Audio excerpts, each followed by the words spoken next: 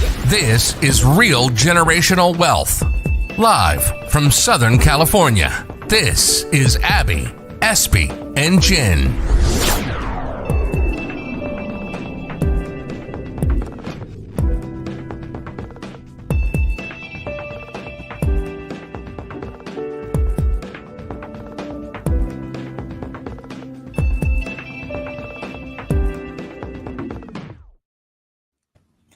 Hi, everyone. Hi, Thank you for joining us. Good evening and welcome back to Real Generational Wealth, where we have over 50 years of combined experience making sure you and your family always have a place to call home. We have an exciting episode for you guys today. We want to walk you guys through the buying process from beginning to end. So stay tuned for all the details. And if you're watching us live, be sure to hashtag live. And if you're catching us on the replay, hashtag replay. Before we go into the nitty-gritty of things, Abby, Espy, how are you ladies doing today? Very good. Just trying to stay warm. Trying to stay dry. I know it's so wet and rainy. I'm so over this rain. And it's raining again next week for 2 days. So I'm so over it. Yeah, it's good. We need it. I mean, at least, I don't know, did you guys get snow out where you guys were in the last couple of weeks? Oh, no. I tried to stay away. I saw everybody on my social media and everybody posted about snow, but it's great. Yeah, I know. It's so exciting to watch it, but then it's kind of scary. A little bit, yeah. Yeah, I drive Mulholland. Today I drove Mulholland road, Yeah. And it's kind of scary because there's some really rocks that are coming down. You don't know when they're coming down. Yeah. Crazy weather. Mm-hmm. Well, anyway, for those of you who are watching, we are excited. I know if you caught us last month, we talked about getting you pre-approved. Basically, the nitty and gritty and ins and outs of talking to lenders and different loan options. But now, hopefully, you have gotten pre-approved. Now what? What are your next steps? So I personally like to talk to my buyers and make sure, well, one, the pre-approval is in place so we know how much our buying power is. And then I kind of check in with my buyers and say, well, what are your specs? What are your must-haves? What are your needs? Abby, Espy, do you guys have any, strategies as far as when it comes to searching for homes for your buyers? For me, before we get the pre-approval, I do like a Zoom call for a buyer consultation. And then once we're close to getting the pre-approval, then we'll do another Zoom call to talk about different loan options that they might choose. So some buyers don't have a choice of which loan to get if their score is under a certain amount. But there are some people, like even if you have an 800 credit score, sometimes FHA may work for you. So I like to do that just so they make the right decision in the end. Because the loan is for 30 years. So that's one of the most important decisions you're going to make is what loan officer to go with, what loan program, and what terms to choose. Mm-hmm. I love that you mentioned right that. Now there's so many different ways for you to look at homes. If you're just going to rely on online or MLS, you can miss a lot of pocket listings and properties that may be available there. So it's good to also find out from your buyer whether, what's their preference, and then scout that area and also encourage them to do that, and also to let you know if they find something interesting, whether it is a pocket listing. When you say pocket listing, it is not published, It's not on Zillow. Yeah. So Zillow doesn't publish it, or it would say off market, but actually it is. The seller is considering selling it. Right. So it's always good to be on the lookout and go work with your realtor, because your realtor usually constantly look at homes all day long. That's what they do. Yeah. I mean, that's a great point. Why it's so important to be working with an agent. I've had a client once that called me and said, hey, I want to live in this particular neighborhood, like a very, very specific 4-block radius that just never had many listings. Most people move into this little area and they don't leave. It's a little pocket in Studio City. So I basically got phone numbers and I called everyone in that neighborhood and just said, hey, I have an interested buyer who wants to buy specifically in your neighborhood, are you willing to sell? And most of those sellers aren't even thinking about it, but if you have a ready and willing buyer, and if it's possibly at the right price for them, there's always a deal that can be put together even off market. So Yeah, That's everyone right. has a price. They may say, "Oh, my house isn't for sale," but when you offer them the right price, it's like, "Okay, it's all right, we'll move." yeah, Mhm. That's I right. think one thing I do want to add, because you guys are mentioning like how important it is to work with an agent, is a lot of buyers don't realize that you do not pay us as your agent a commission. I actually just had a conversation with a buyer yesterday. The seller pays the buyer's agent's commission. So that's something you as buyers do not need to worry about. Hmm. Yeah. That's That's true. true. And there's also some buyers, like let's say our close friends or family, that might be apprehensive about working with us because they don't want us to know their finances. So in those cases, I just tell the lender, I don't want to know, just tell me what they're Right. approved for or what amount we can go to, and then we'll go from there. But I don't need to know how much they make, what's on their pay stub. I typically don't know. Like I just go by whatever's on the pre-approval. But if we need to dig deeper, then I'll ask them for permission. But that's only when it comes to family members, because Hmm. they sometimes they're sensitive about their finances. For sure. So Yeah. Yeah. Well, you have to feel them because sometimes some family members would like you to hold their hand and yes, guide them. Even tell them what to do, what debts to pay off. Really detailed on even the kind of house that they're gonna buy and all that. They kind of like want to be relying on you. Definitely. So those kinds of things you have to decide, based on the conversation that you have with them. Yeah. Okay. So say I'm a buyer. I got my pre-approval, Abby or SB. I found the perfect home. Let's write an offer on this. What's our next step? I usually send a CMA. So I'll take a CMA is a comparative market analysis. So I'll take all of the comps in that surrounding area, all of the recent comps. I'll try to find a model match, and then I'll have them come up with the price. I don't suggest the price. So I usually leave it up to the buyer, but I'm there to give them um, the, I guess, the data and to guide them if they need me. But typically, they're the ones that choose the amount to pay based on what I presented to them. Yeah, usually the buyers, it's always good to give them an overview of what to expect, Yeah. like the showing instructions, expectation on getting a pre-approval. That way they don't feel embarrassed or they don't feel intimidated that those are things that they ask, Right.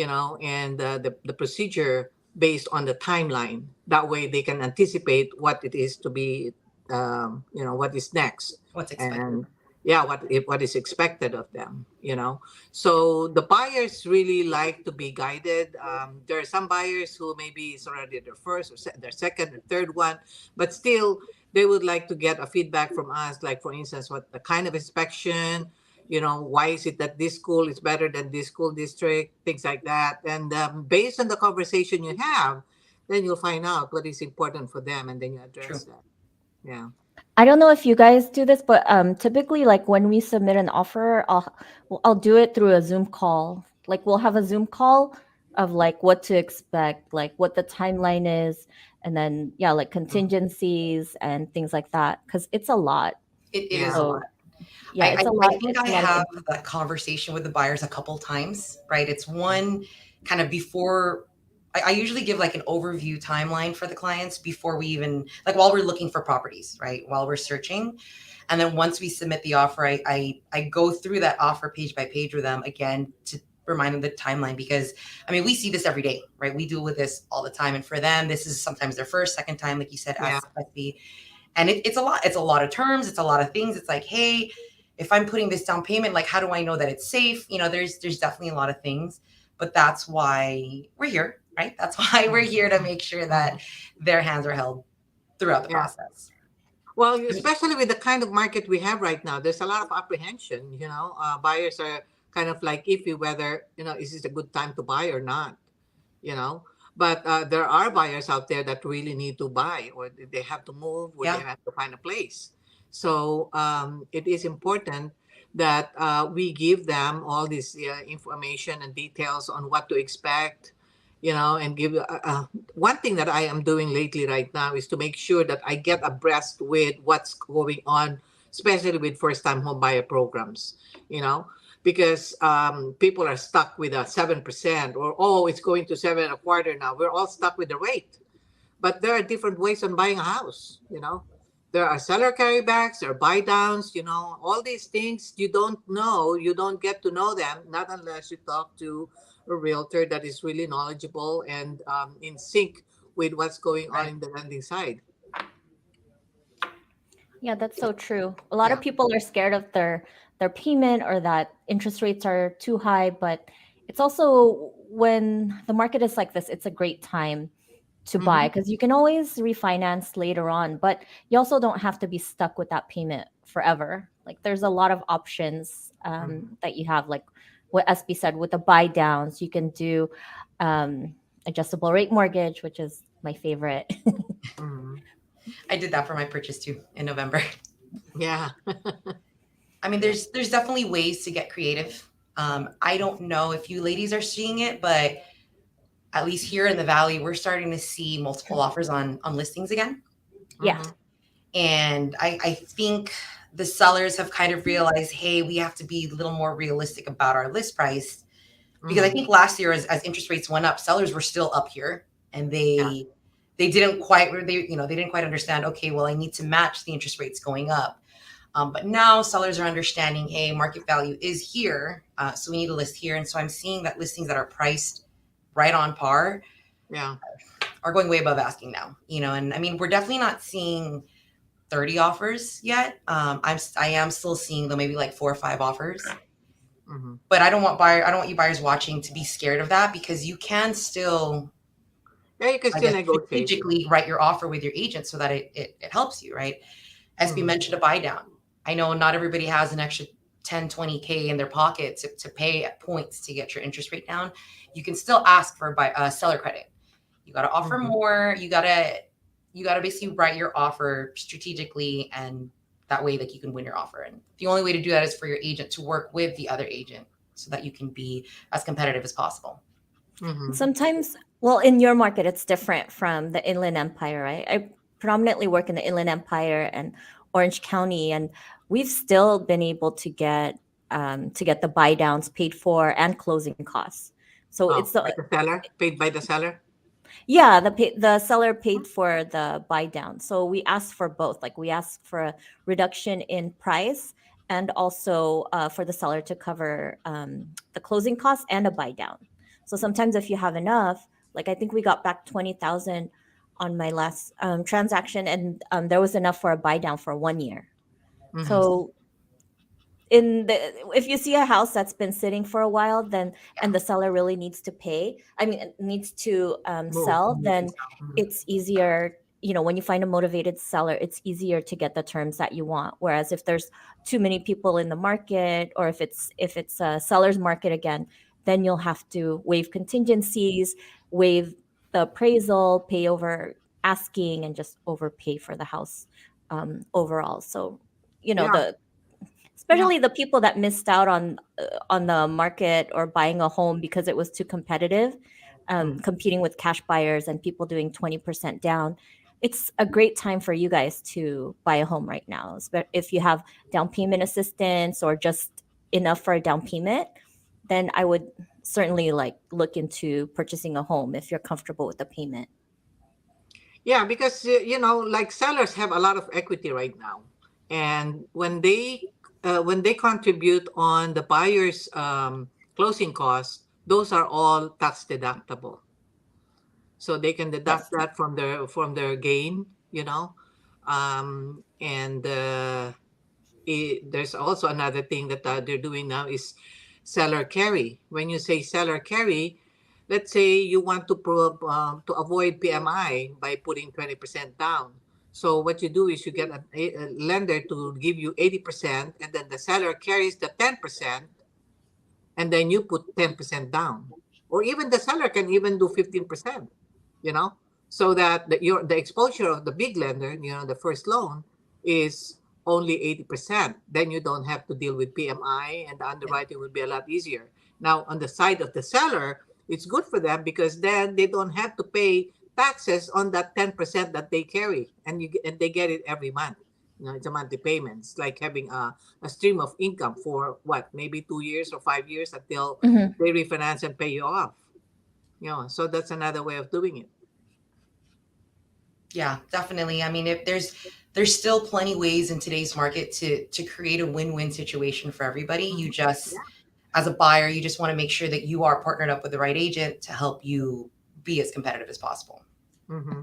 That's But right. going back to what Abby had mentioned, you were talking about contingencies. So let's move on to the next step. So we're pre-approved, we're looking for homes, we find the perfect one, we put an offer, and SB writes this competitive offer, and we win, and we get acceptance. So let's say we open escrow today. We got acceptance, we open escrow. Obviously, everyone is super excited. However, we are still far from the finish line. First step, we definitely have to tell our buyers is you got to put your EMD in escrow. Your EMD is your earnest money deposit. Standard is about 3% of your purchase price. I've Mm-hmm. had some buyers say, "Oh my God, well, I only want to put 5,000 down when 3% is 20,000 or 30,000." And it's like, well, don't worry, because that money, it doesn't go to the seller yet, right? That money stays in escrow. It is safe. It is our job as your agents to keep it safe. And by doing so, how do we do that? We do that by your contingencies. So one contingency, I guess your first contingency as a buyer is your inspection contingency. SB, how long do you typically make your inspection contingency on an offer? Well, in the contract, it says 21 days, right? But Yeah. then usually it depends on the seller, how motivated or how antsy is the seller to close. Then we try to make it really as short as you can, like 17 days or 10 days. But make sure that when you do that, you talk to your inspector and make sure that they can deliver, you Yes. know? Yeah. That way, if you say 10, we want to do 10 days of inspection, then you can deliver and you would be able to inspect the property for 10 days. Some people can do it in 3 days. I have some appraisers who can turn around in 2 to 3 days, especially right now when the market is so slow, right? So that is something that you can check. And yeah, so when you say contingency, this is like certain things that you want to do as a buyer to inspect the house, to make sure that you have a loan, all of that. You state a certain number of days. Right. Abby, how short of a inspection contingency do you guys usually put on your offer? I do whatever standard. Like I don't You don't change short it. what's right now. You have a lot of flexibility because it's not really a seller's market. So typically we'll You do do 21 days. 21 days but we like to do the inspection right away so that you can Yeah. find out what's wrong Mm. with the property and if you still want to go through with the transaction because you don't want to be stuck for 21 days and then find out later on, oh, there's extensive termite or Yeah. I had one right now what I'm noticing is the sellers will pay for all of the repairs. So we'll Mhm. have and a lot of times like they give a credit, but before sellers wouldn't do any repairs. They would say as is. Yeah. So, but typically, yeah, we like to I like to have the home inspection done within the first week so we Mm. can negotiate and figure out, do we still want to go through with this or do we want to back out because the seller doesn't want to give us a credit or they don't want to do any of the repairs. Yeah. I mean, Mhm. 90% of the time, I actually I almost always shorten my inspection to 10, even if we're not going against any offers. Mhm. Um, I think it's just important for all parties to be on top of the inspection. Like as soon as we get acceptance, I text my inspector. I don't know if he's watching or will watch this later, but he will boot some people to fit me in, right? Yeah. To get it on the schedule ASAP. Yeah. Um, and I do that because, like you said, Abby, it's so important to make sure you know that you want Yeah. to move forward or not, right? As a buyer, you Mm. need to know exactly what you're walking into.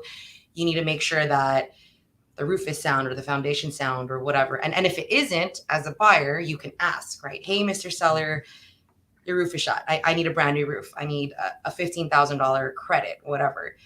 Now the seller can say yes, but they can also say no. Even if they don't have any offers on the table, they still can say no, right?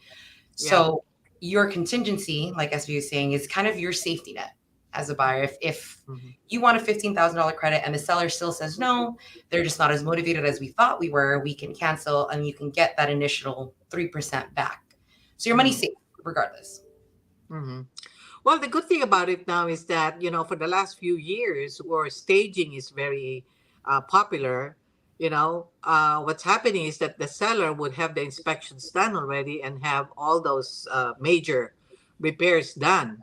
Yeah. So that it's like a house that, that is good to just walk in and put all your stuff there. Yeah. You don't need to do your repairs. That's a So, Northern Cali thing. yeah, it's getting to, that has been a good practice, but before, years ago, you have to deal with how homes that the roofs are falling apart and seller doesn't want to do anything, or they don't want to even do pre inspection and repairs before they put it in the market. It's up to you Right. if you're gonna take it the way it is or not, you know. Yeah. Like even with a pre-inspection, I would still advise a buyer to get an independent Your home own. Yeah. inspector Yeah. because Mhm. you don't know like how much time has passed by since that Mhm. happened. Did it rain? So I Especially noticed in Northern Cali they do a lot of pre-inspections, and they're like, Mhm. "This is how it is," because that Yeah. market is crazy. Like, Yeah. well, during last year and before last year, like it was pretty crazy. So they would just say, "This is how it is, as is." It Mhm. has 40,000 worth of foundation issues. It's as is. Uh-huh.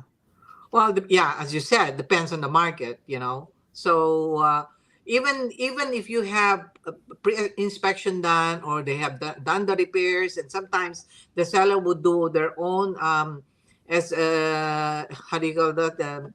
All the disclosures, in a separate paper, they would tell you, and they even tell you when they did it. I still would recommend to the buyer that they vet it, they check it out and make sure. The first thing I do is I check with the inspector, and then if I feel that the inspector is not that that dependable, then we get our own inspection too. Yeah, Yeah. I mean, because there's some inspectors and home inspectors it's there, important, or just or to keep our owner safe, right? Your buyer, your transaction. So I think it is important to always still get your own inspection done. Okay, yeah. so inspections are done. We ask the seller for $15,000 in credit. They say, okay, we're good to go. Now the lender's about to do the appraisal. Abby, do you show up to the appraisal? If it's for Oh yeah, yeah. like if it's for my buyer and I'm trying to get a low appraisal and I know that I know that the seller is motivated, I try to get that appraisal lower. And if it's my listing, I'll meet with the appraiser. Someone has to meet with the appraiser, and cuz sometimes they give you appraisers that are out of the area and I don't they know don't it. know the market. But when a lot of times when the if the listing agent can't show up, and I'm representing the buyer, I'll show up and I'll try to get a low appraisal as much as I can. Like one time it saved my clients like $50,000. So we had a lazy listing agent, and I went there and I had my coffee, I had the appraiser's Oh, the Starbucks, comparable. like Uh-huh. and I built rapport with them, and you should always be there during the appraisal as much as possible. Mhm. Mhm. So Yeah. for the buyers who are watching, she just said that she saved her clients $50,000. How did she do that? So let's say we offered $1 million on a property and the appraisal only came in at 950.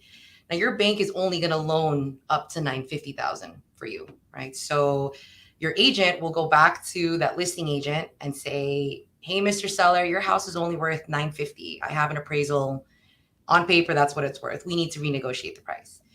The past couple years, when there was 50 offers on the table, they would tell us to go fly a kite, and they would say you got to pay that 50K out of Yeah. pocket.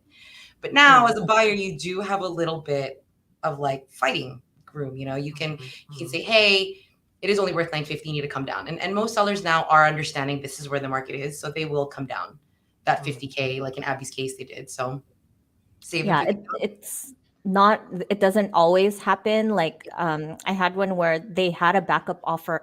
We offered 570 and they had a backup offer like a day after a 588, and the appraisal came in low, but they ended up they told us they wouldn't lower it, and my buyer just couldn't make up the difference, so they went with the backup offer of 588. I mean, that's during 2021. It was really crazy at that time, but right Right. now I think, that's not really the norm right now. Like if I was a buyer, I would probably choose now than competing with 10 other buyers to get a home. Yeah, And I there's so much agree. competition before. Yeah.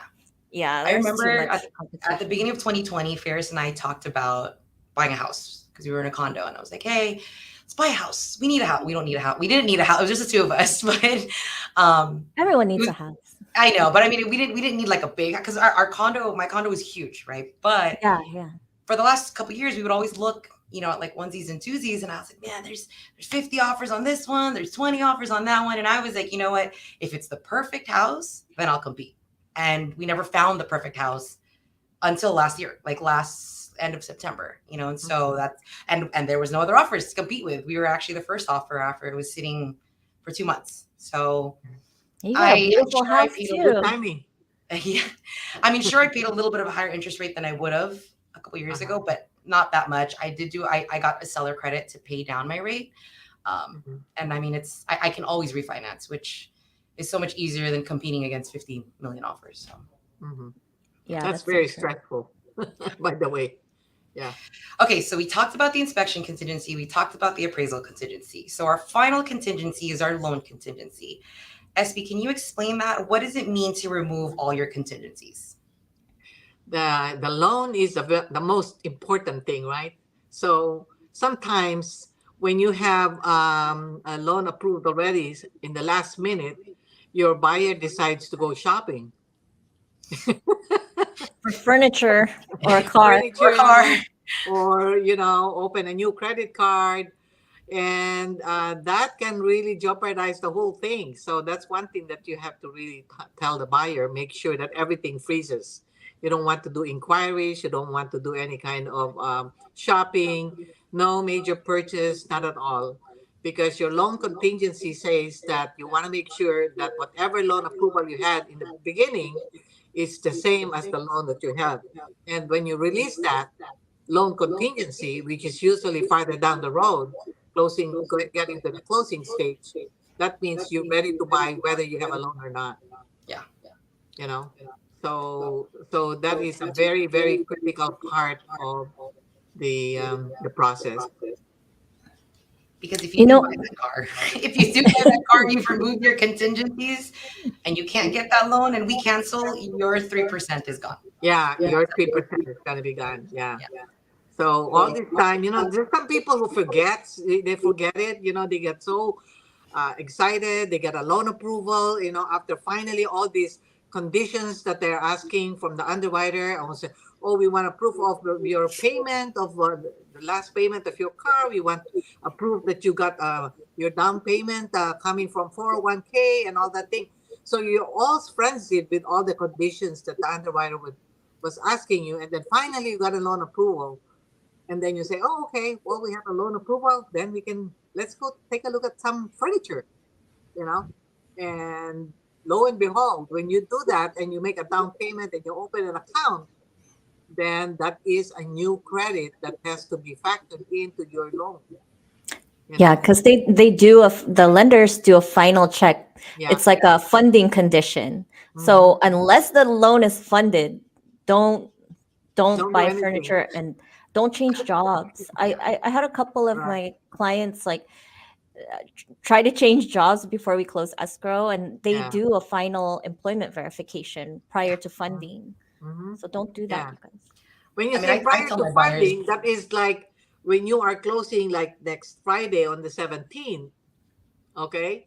You don't want to do any shopping on up to Thursday or Friday or even Monday over the yeah, week. I You tell wait my until you buyers get to your wait. keys. Wait until you get your keys. Then you can go shopping. I tell my buyers to wait until we have confirmation of recording. Like, until it's confirmed that it's yours, do not do anything that could jeopardize your loan. Yeah. Yeah. Okay, That's the so fun we've part removed about all the contingencies. We purchase. close.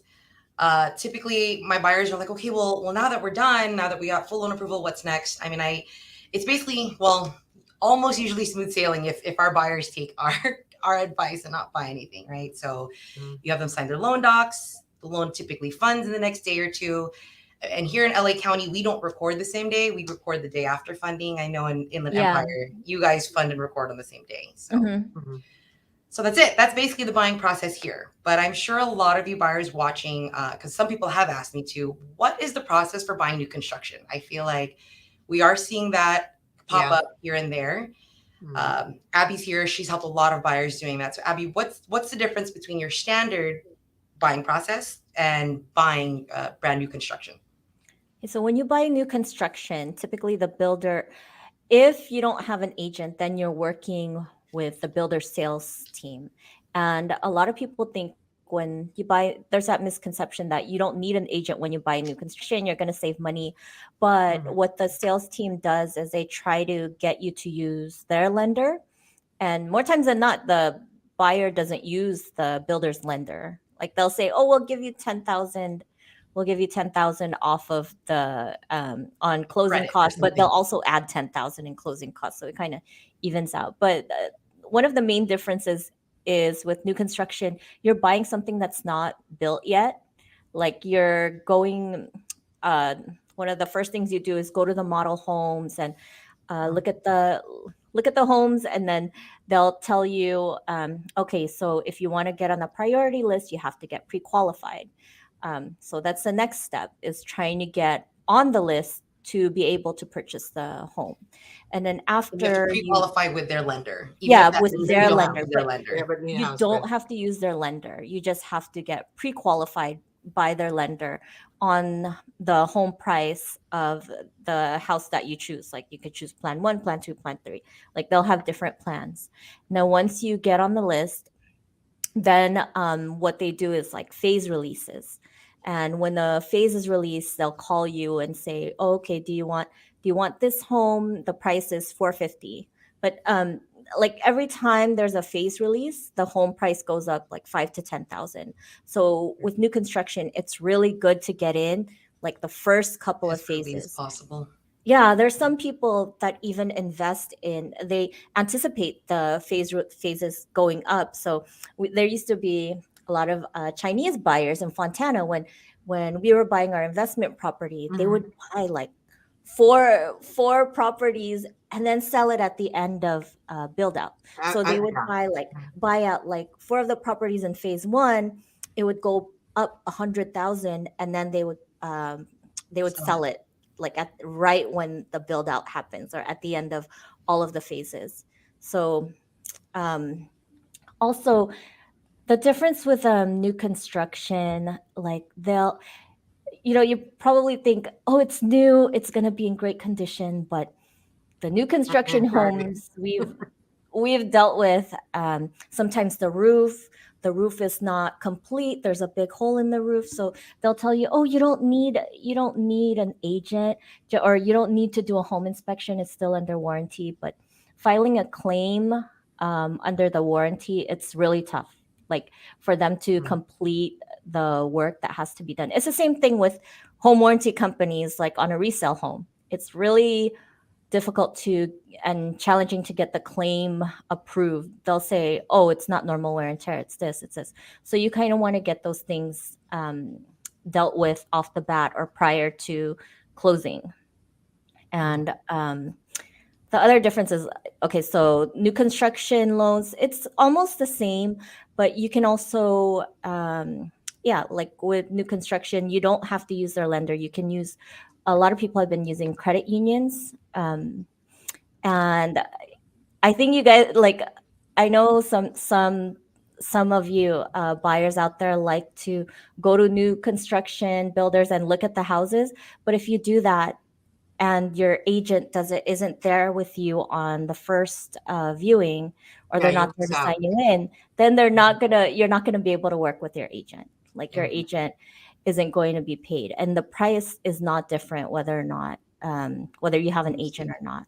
So just make sure, if you're working with an agent, to let them know when you're going to view homes, because you don't Yeah, know you what have to the be builder's going to registered. tell Your you. agent needs to be registered at the first day that you visit Yes, Yeah. yes, the buyer. exactly.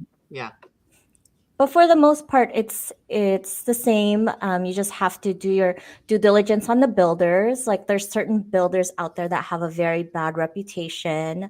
There's some that will keep your deposit, and that's what you need an agent for.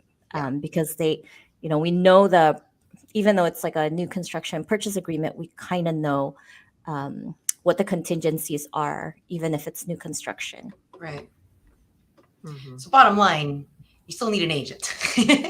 Yeah, don't go buying houses on your Yeah. own. Yeah. I mean, as a buyer, you should always be consulting with your agent anyway. Even if you see something online, send it to your agent and say, hey, what do you think about this? I mean, I have all Yeah. my buyers do that, because I mean, I'm setting my buyers properties all the time, but I mean, everybody's looking on the internet, right? With Mm-hmm. everything being so accessible nowadays, anyone can find a property online, but not everybody can do it by themselves, right? So you definitely need that agent to help you regardless. But Yeah, there's still certain information that we can access that is not being yes. shown in the public.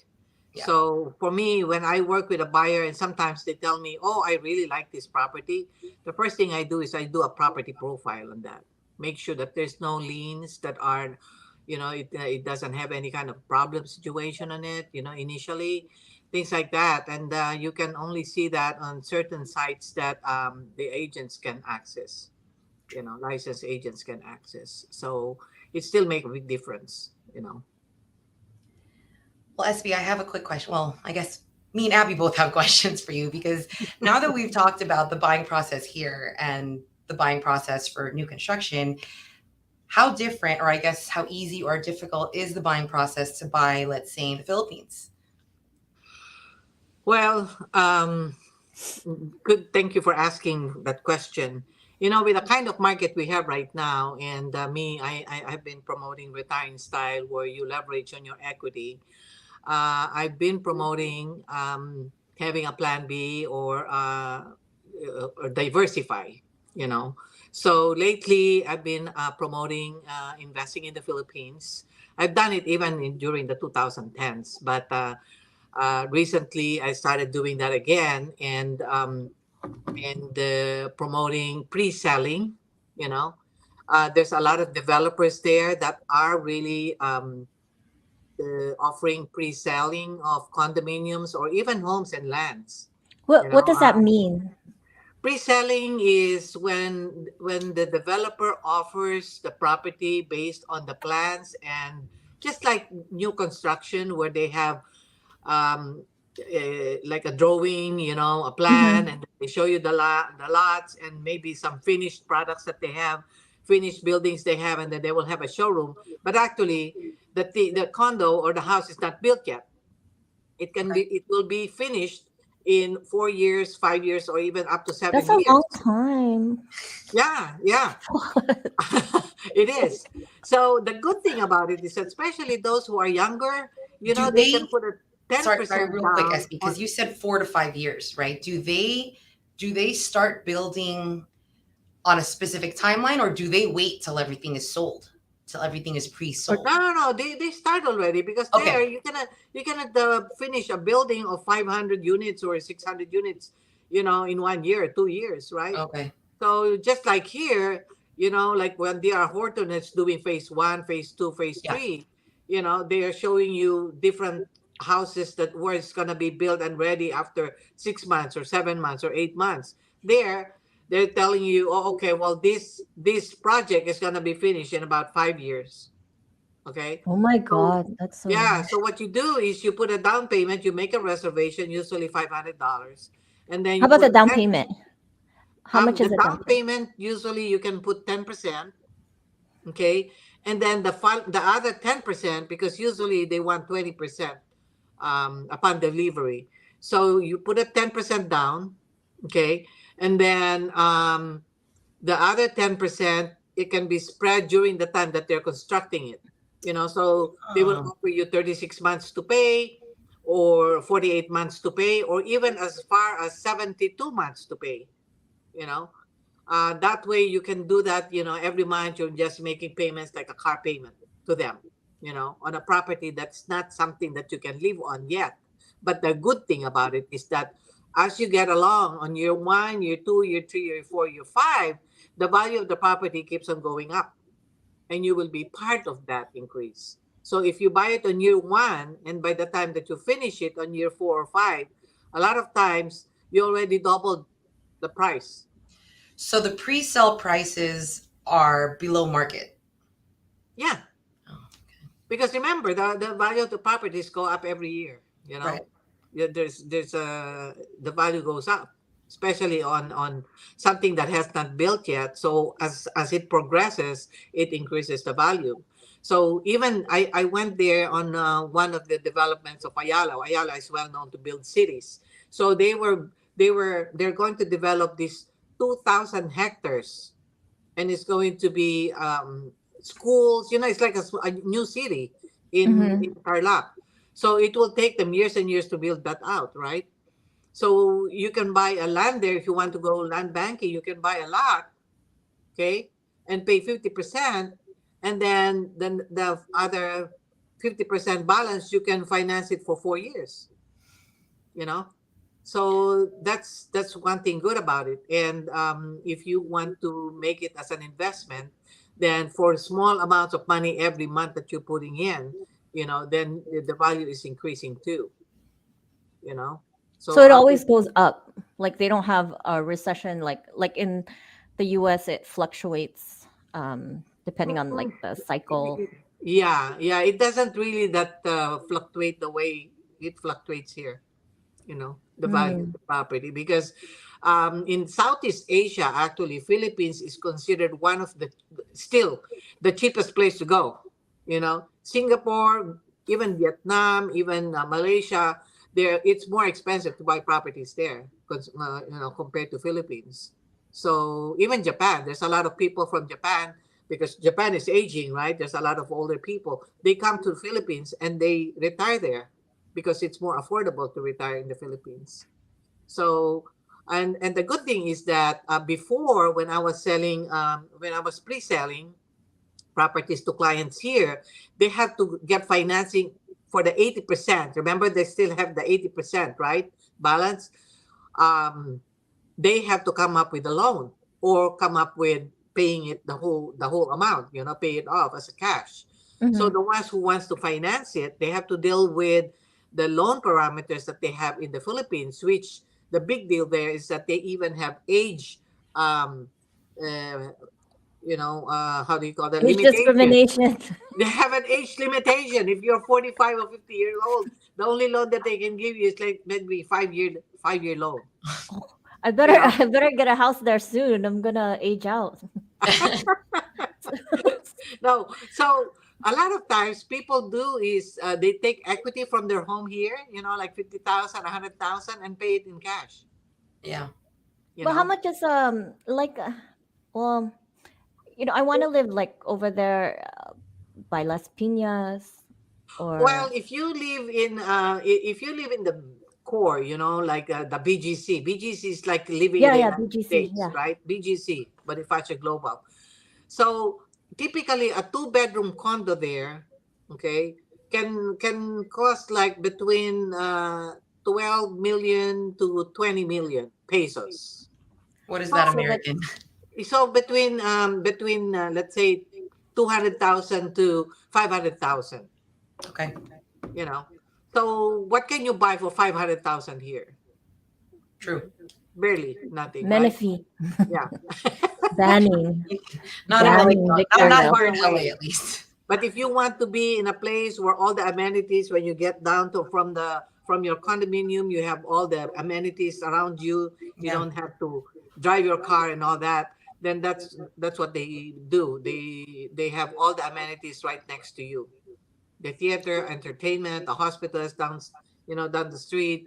Shopping is right there. So Okay. everything is So, close to you. so you said so. Like, let's say today, I want to buy a property for actually, regardless of price. We put 10% down today. Then you pay the over remaining 10% over the next 3 years, right? Mm-hmm. Mm-hmm. 36 months. Yeah. Let's say the place is not ready until year 4 or year 5.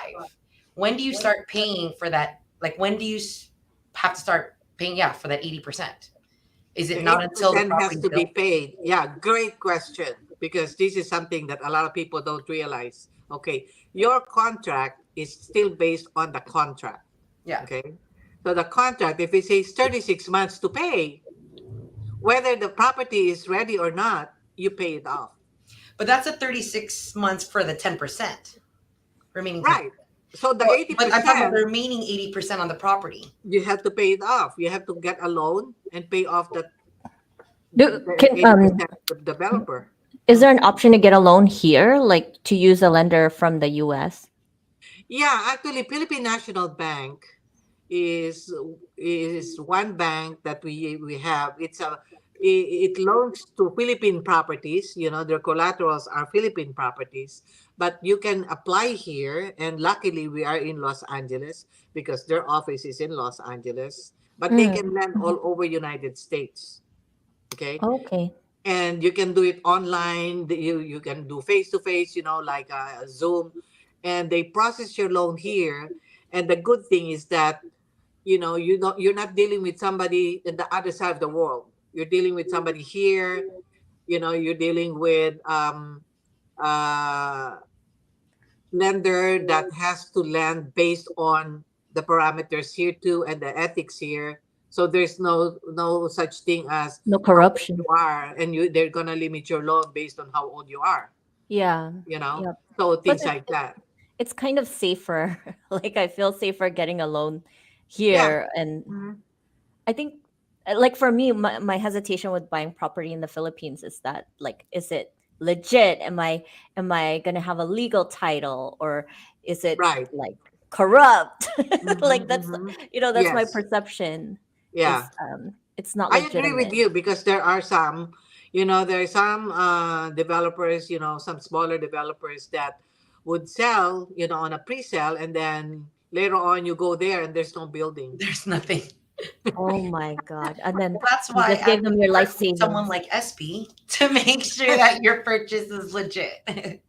That's why it's really important to you know, work with really well-known developers, you know, reputable developers that deliver. There are also some smaller developers that also deliver, you know, don't get me wrong. But it is really important that you authenticate, or you really vet who you're going to be dealing with. And you know, there's some people who grew up here, they're Filipinos, or even Americans. They go there, they go for a vacation, they get excited, jump up and down, and said, "Oh, okay, well, I'm going to buy a condo right here where I'm, you know, I enjoyed El Nido, I enjoyed Palawan, so I'm going to buy here." You know, so it's important that you check the place and you have some people who's going to vet for you too, that you feel comfortable with. Yeah. Yeah, I probably feel more comfortable with the bigger developer, because even here, if it's a smaller builder, what's going to happen if there's problems with the property and then they Right. filed for It's the post bankruptcy? sale. It's the Yeah, post sale. You know what happens. Yeah. Right. yeah. Well, that's all exciting because I mean, it sounds to me like all of our buyers that are viewing can definitely buy this year, whether it's here, new construction, or in the Philippines. Yeah. So, you know, right now, people are just really considering, you know, thinking it in different ways, and they're nervous and all that. But I think the best thing is to educate yourself and stay composed and look at what you have. Okay, look, check your assets, check your equity.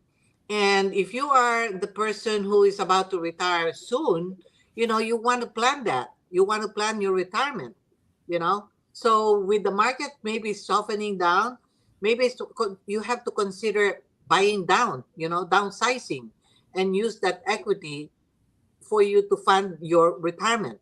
You know, don't think about any other, you know, especially with the family, the Filipino family, we're always thinking about, oh, our kids, you know, we want to make sure that they have homes, you know. But what's important, I'm telling you, based on my age and based on I see my colleagues or people that are within my age or even older, you know, it is important that you take care of yourself first. Whatever equity you have in your home, okay, use it as you get along. Use it right now, leverage on it, and prepare for your retirement. You know, so just today,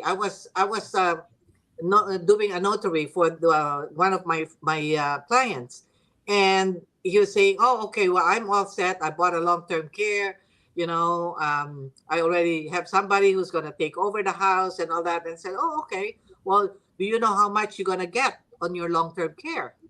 You know, because before typically 150 to 250 a day is enough.